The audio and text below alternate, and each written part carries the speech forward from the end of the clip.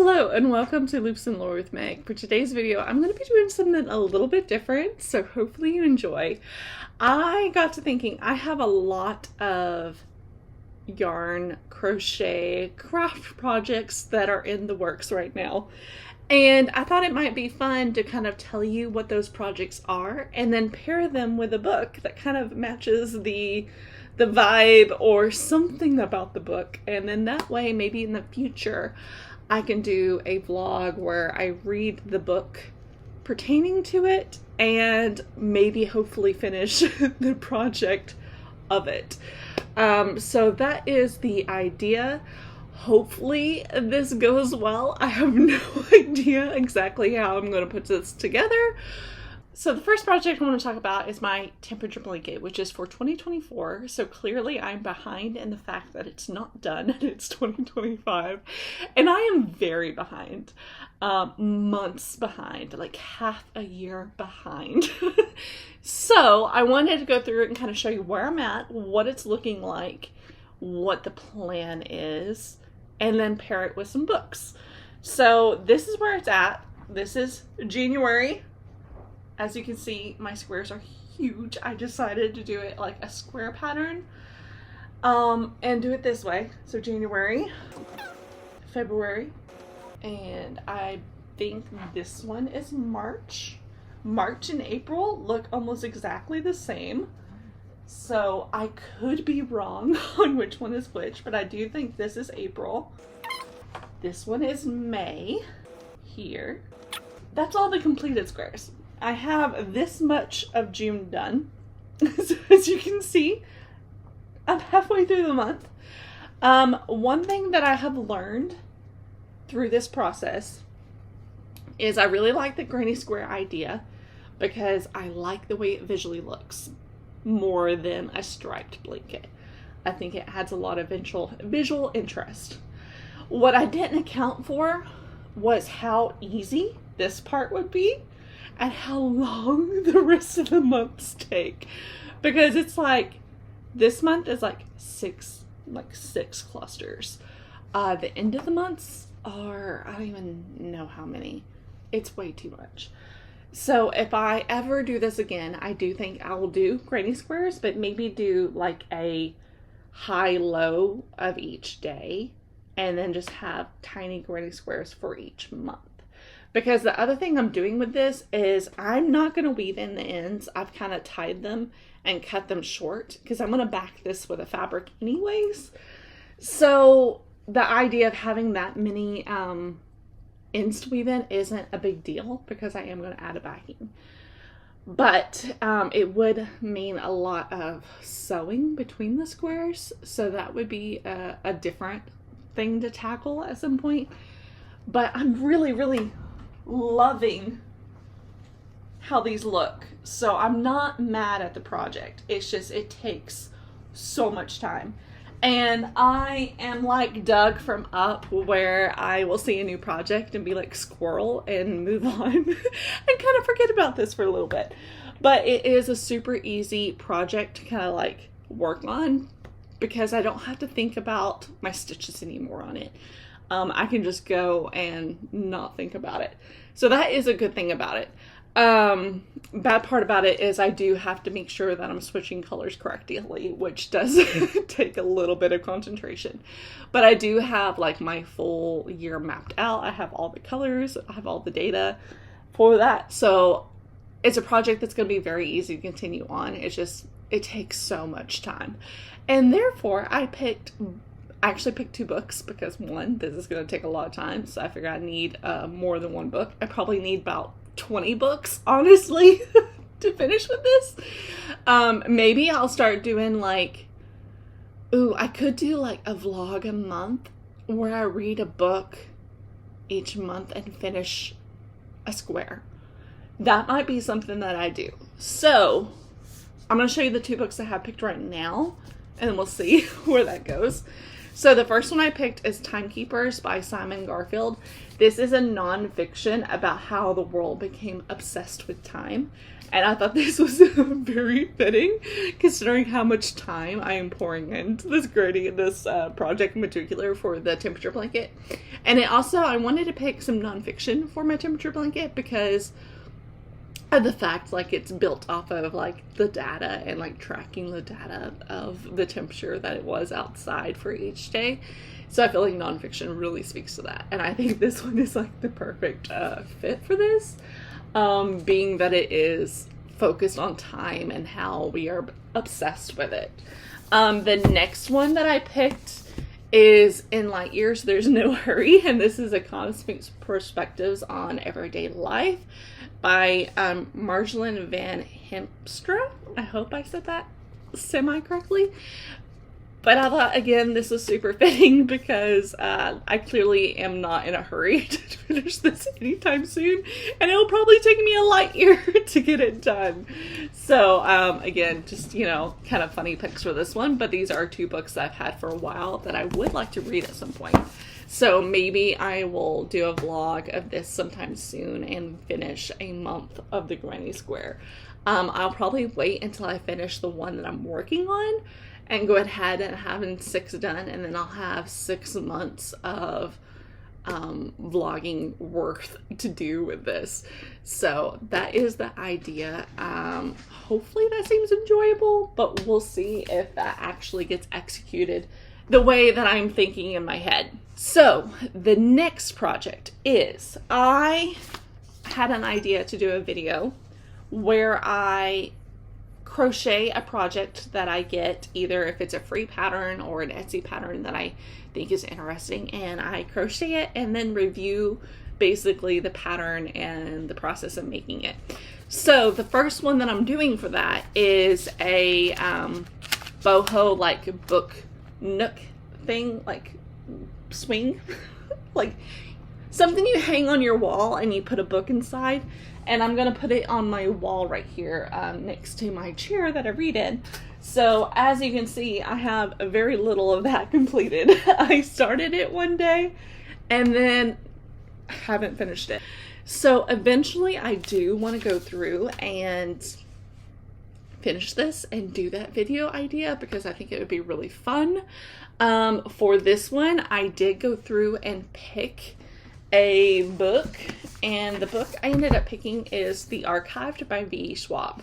So I picked this because this has something to do with, like, a death library, and I thought the library themed of creating something for my library and reading about a magical library would be a lot of fun.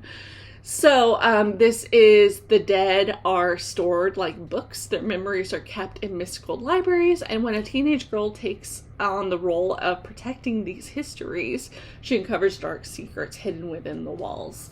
So I think the kind of almost like gothic horror mystery aspect of this sounds really fun, and I think it'd be fun to pair with such like a useful like object that I'm making for my actual library. So that is the pairing for that one.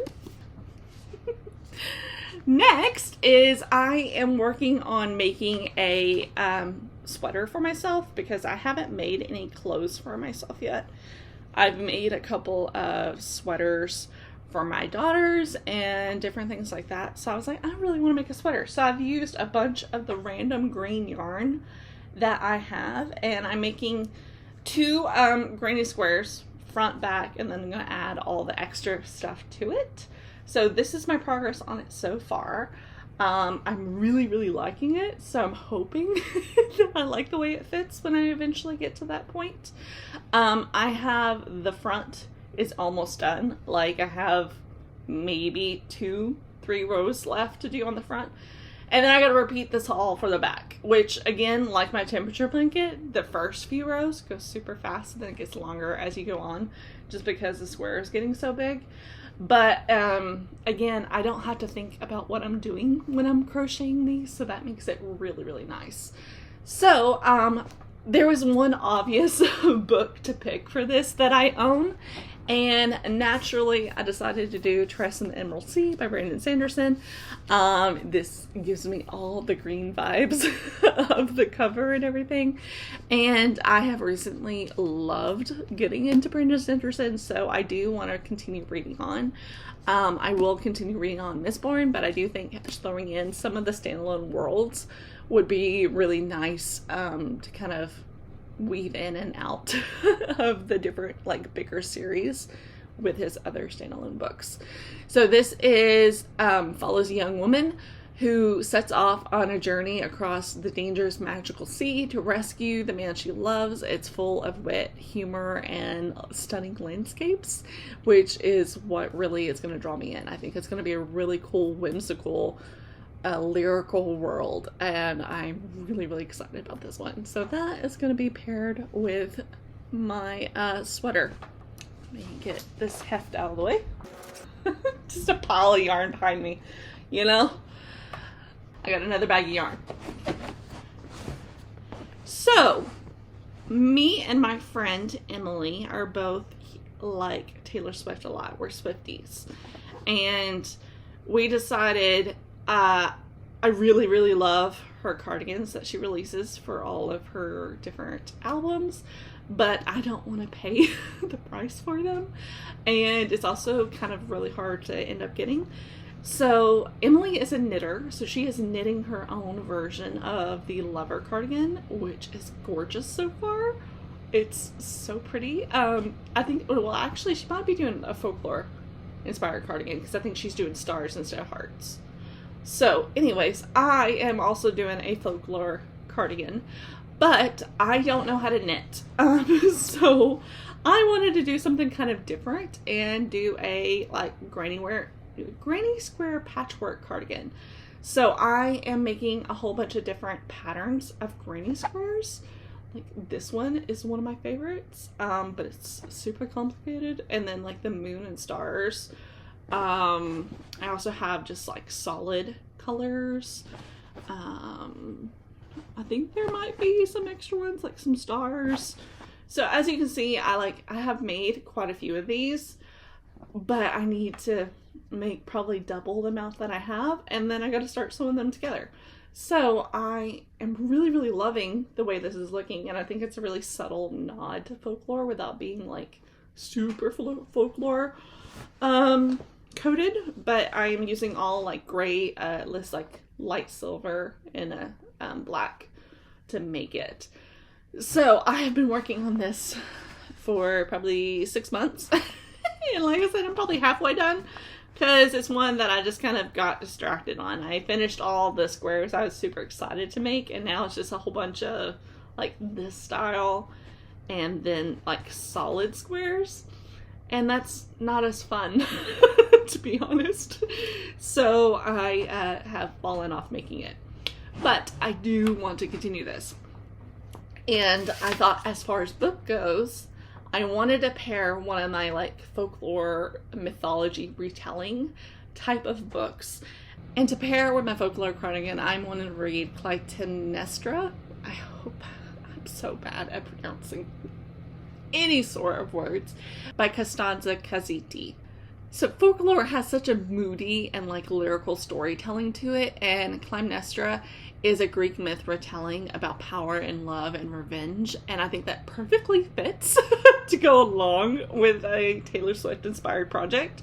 And this reimagines the life of the infamous queen, giving voice to her strength and pain and vengeance. And it's, you know, one of the many feminist retellings that are going on within the Greek myths and history.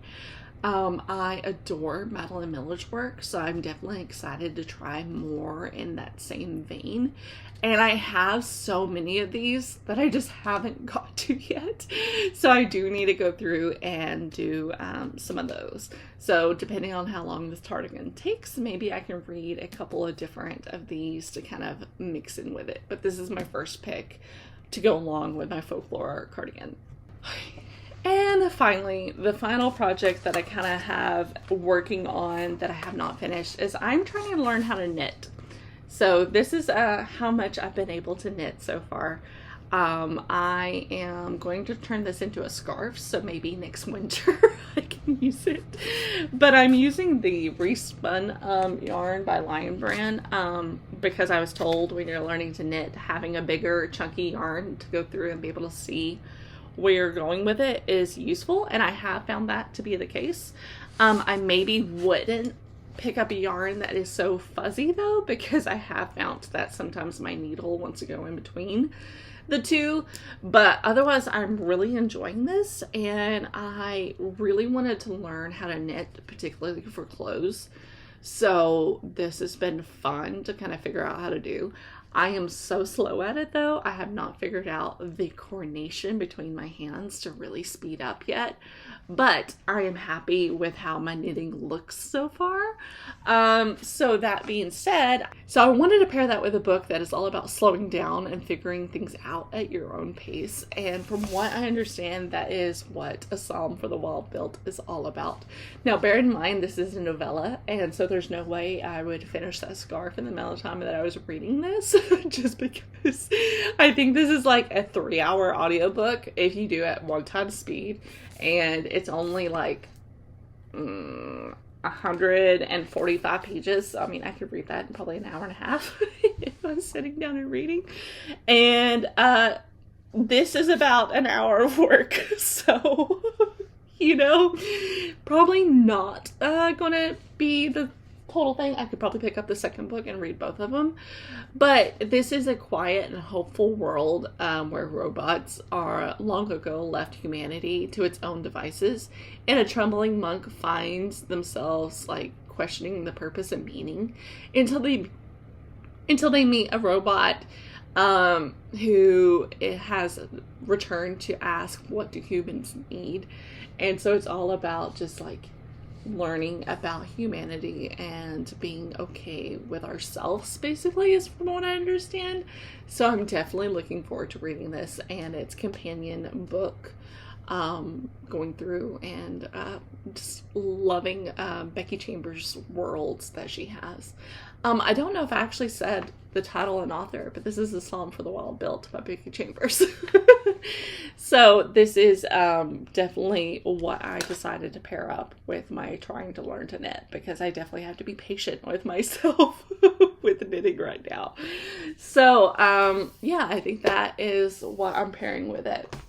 So that is all of my work in progresses and book pairings. I don't know if you've ever done a thing where you've matched up your books with your crafts, but that is what I wanted to do for today. I hopefully will be able to turn some of these into vlogs, so definitely if you have any book recommendations for any of these projects, please let me know. I would love to add that in. And I think that is it. So don't forget to like and subscribe and comment down below what project you are most excited for. So that's it for me. Happy reading, stay cozy, stay crafty. Bye.